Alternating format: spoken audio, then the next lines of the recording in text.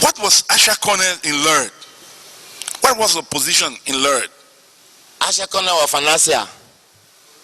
Sekou Corner's wife. She was financier. Yeah, financier. And in that position as financier, what kind of influence did she exert? Was she able, for example, to issue orders? She now had military power to issue order. Because Sekou Corner is the commander-in-chief of the armed forces of the Fontoloy. So you were taking orders from Sekou Corner? Yes. But Sekou Corner was here and said he didn't know anything, he was not aware of anything, we should ask you. I've seen if Sekou Corner came here, he's your leader. He had a right what he's always say, he say. But he referred you to me, I'm telling you, so you should be able to believe me. So he was the actual leader, actual commander. Sekou Corner, actual leader, official leader, and a leader that signed the comprehensive peace agreement. And so, in other words, he lied when he said he was not aware of all what he said he was not aware of. In response to questions posed to him. Sekou Corner is our leader. I'm subjugated to him. I will not question him. Was he telling the truth or was he lying? Is Sekou Corner telling the truth? Yeah. But is Sekou Corner refer you to somebody to talk to you? If you're lying, you're not going to refer you to somebody.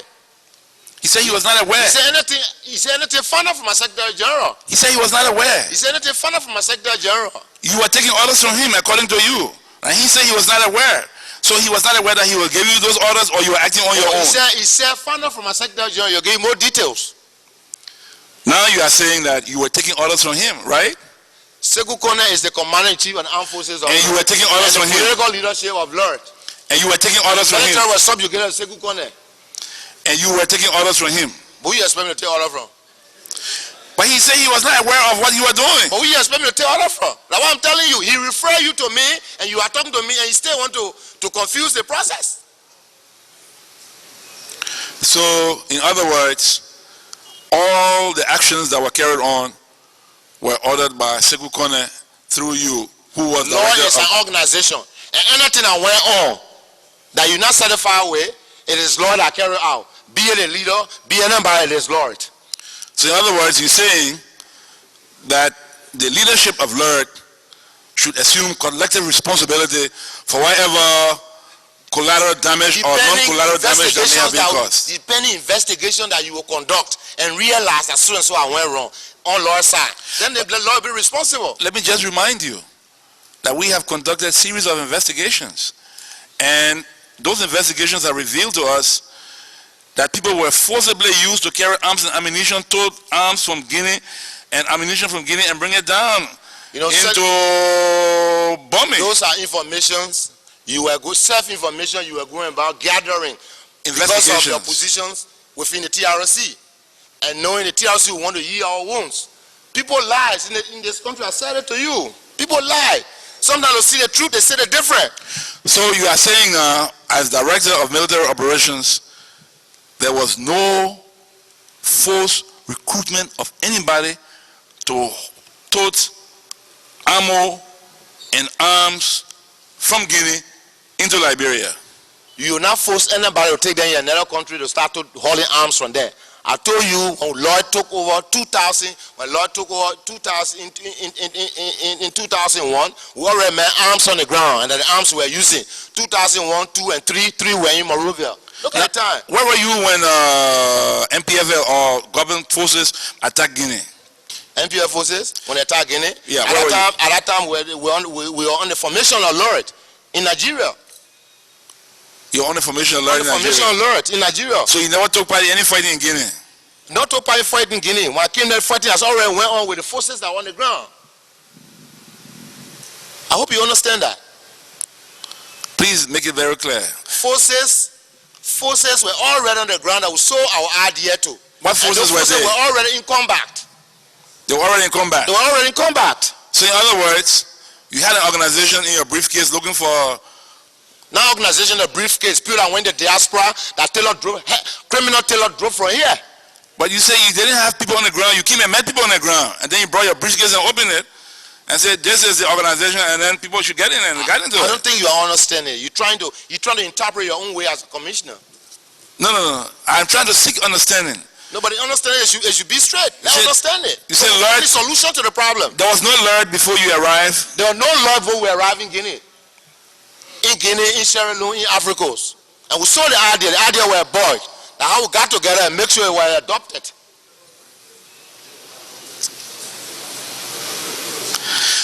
Now, as military chief of Lorette, what would you say about the massive looting of the Freeport by Lorette forces?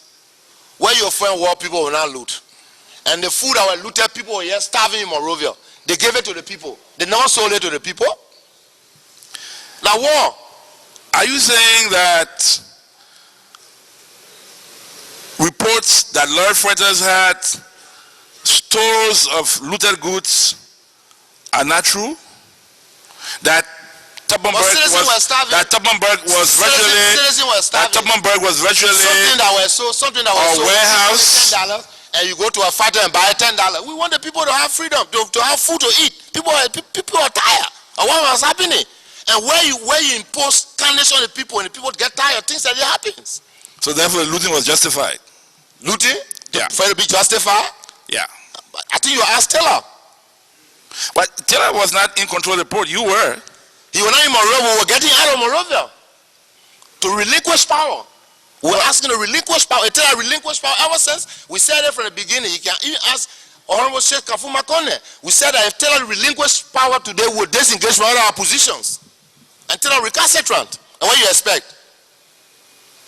So, therefore, people are hungry. The people have been looted in order to... You even have relatives up there that were fell.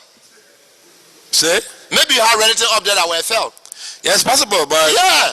But the looting were not intended to say that you taking the loot to be for only you. You taking the loot, people have been suffering for so many years, have no food, have no means to feed them. So are you telling us that Lorette commanders did not personally benefit from the loot? The loot? Yeah. No. That Lorette commanders did not sell... No, they took the loot. They did not sell generators. And the loot were given to civilians to feed them. But there were other items like generators, vehicles, other non-food items. Excuse me, Commissioner. War in Liberia, there is only war in the world. You have the Spanish Civil War, the English Civil War, American Civil War. These things happen among military. We agreed. Yeah. But are you also aware that people have faced trial for activities committed during war? Depending. If you Yes. have nobody chasing you out, you were brave. That's why you sat down here. But other people here, they were not here. They were in the diaspora. You were brave. Now, my fellow commissioner asked you a question about women in your organization. Aside from Asha Kone, and let me just ask you, after the hostilities ended, positions were divided. You receive one position or the other, others receive various positions. The argument was you had come to chase Taylor out because Taylor had chased you out.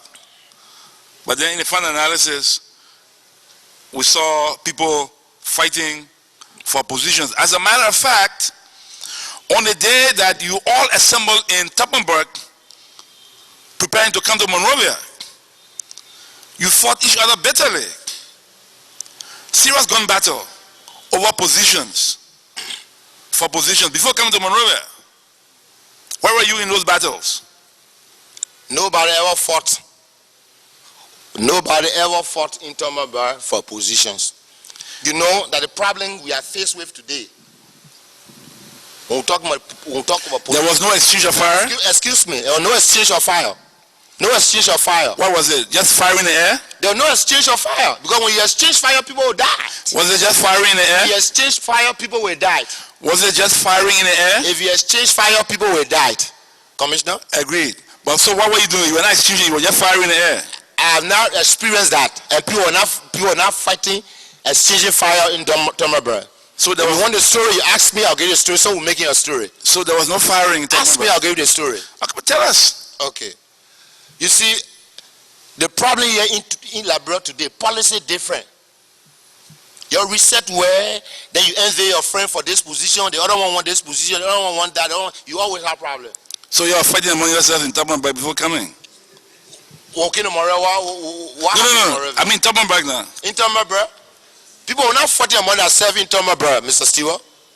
People are not fighting among themselves in Toppenberg. Positions were allotted to lawyers from the Comprehensive Peace Agreement. And these positions, at the time, some politicians among us wanted these positions to be divided in Ghana. We said, no, we can't do that. We'll do that in the presence of the military. And we came, and the team was established to divide these positions. And the positions that were allotted were divided, and those who go in the position were in the positions. And everybody was satisfied? They were satisfied. So everybody shooting the air to celebrate? Not so much to celebrate, to make sure so that we can usher in a democratic elected government that is in place today. So we're firing to usher in the democratic government. So you want? And people in Toppenberg are hiding under the beds. So you make a movie? Let's move on. I was asking you the question about Asha Kone. Was Asha Kone the only woman in your organization? Asha Kone was the only woman in the organization. What happened to Black Diamond? Black Diamond is here. I said to you earlier, if you were listening, maybe because the other commissioner, maybe the audience maybe yeah. The audience is listening and the other commissioner were asking questions. And we answered to it. The National Disarmament and Demobilization Commission were established to make the ex-combatant resourceful. But unfortunately for us, funds from the donor that were given for the purpose of rehabilitating the ex-combatant were misused. By whom? People told you. By whom? I come in now. The people told you that they disarmed 20,000, 40,000 ex-combatants. You disarm and you disarm 20,000, demoralized and reintegrated in the society, and today you still found in the street.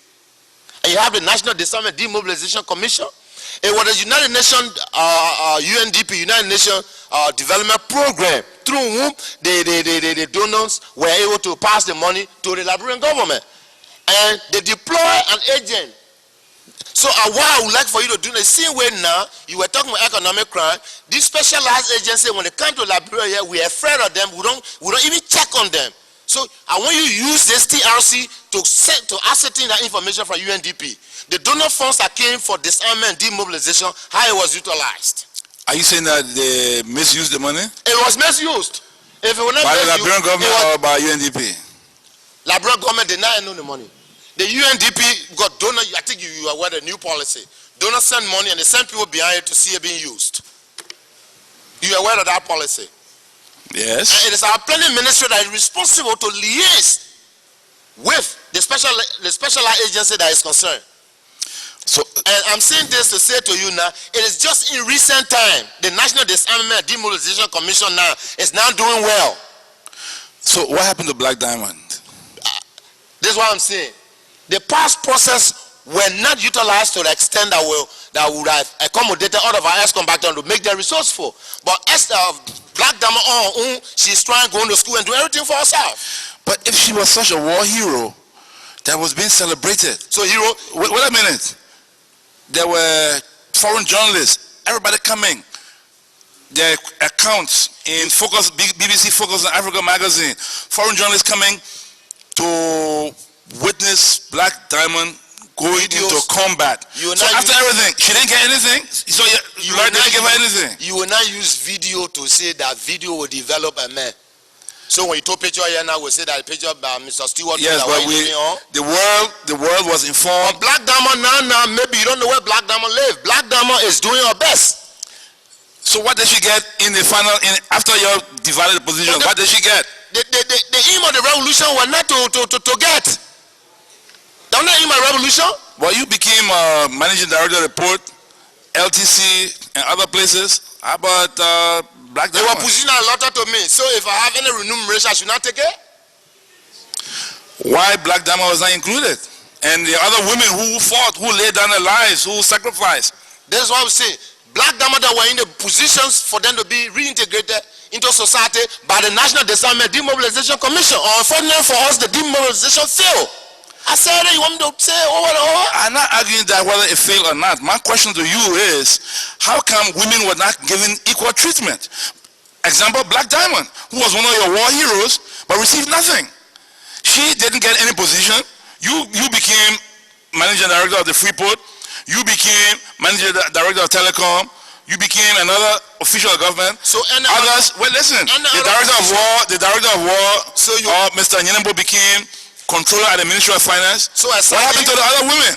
A sergeant in the organization, like now you can use your olive now to be a commissioner. Will you use your olive here to be a commissioner here? If I will use what? Your olive or your page to be a commissioner. To be a commissioner on the panel here as a commissioner. Otherwise, you don't have the idea of being commissioner.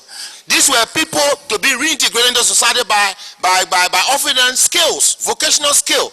But there were other, because that argument cannot hold water, because there were others who, if you compare educationally, may be about the same as Black Diamond, men, but yet they held positions. What happened to Black Diamond? Those men, then maybe their positions at the time were higher than Black Diamond. So Black Diamond had to wait in line like the rest of the others to go for demobilization and all of that. But that's the process to reintegrate and rehabilitate the lives of combatants. That's the process. You can be rehabilitated, go to university, graduate from university, and you're apporting degree. Now what do we mean by reintegration and rehabilitations? So, can you say that Lord, in a way, should bear a responsibility to help rehabilitate some of her men and women who fought alongside? It was enshrined in the comprehensive peace agreement that a national disarmament demobilization must be established. And when we came in, when the government took over, our president visited the United States to meet with the donors, and donors made funds available. But when these funds came in, there was no check on these funds, and these funds were squandered. How you want me to say it to you? Did you participate in the DDR? DDR? Yeah, did you participate? We have not participated. So you never handed in your weapon? My weapon? Yeah. Participating and disarming are two different things you are talking about. So don't confuse it. Did you disarm? Ask me one question, I'll answer you. The first symbolic disarmament to be carried out. Listen to me. The first symbolic disarmament to be carried out. Physically with Major General Owunubi, the David Force Commander. We went with him to Tomabra to carry the disarmament. To disarm from here as far as to Tomabra. In presence of General Owunubi. You can call him and ask him, all Major they have that record. So what is the serial number of the weapon you turn in? Serial weapon? The serial number of your weapon you turn into the disarmament. See what I turn my weapon in as a senior staff of the organization. And I'll lay melody ID card because I'm already educated. The serial number of your weapon. You understand what I'm saying? Are you understand? Every weapon carries a serial number. It carries series. So I tell my weapon is being turned in. Yeah, what is the serial number of your weapon you turn in? I said if I disarm as a senior member, I've disarmed with the serial number, everything there. If you want to know, you can't get it from here. Was it an AK, G3, GPMG, or what? You want to know the kind of weapon I'm using? Yeah. I use officer weapon. A 45? Officer's weapon. What is it? Pistol. What caliber? 45, 38, 22? Smith & Wesson 22.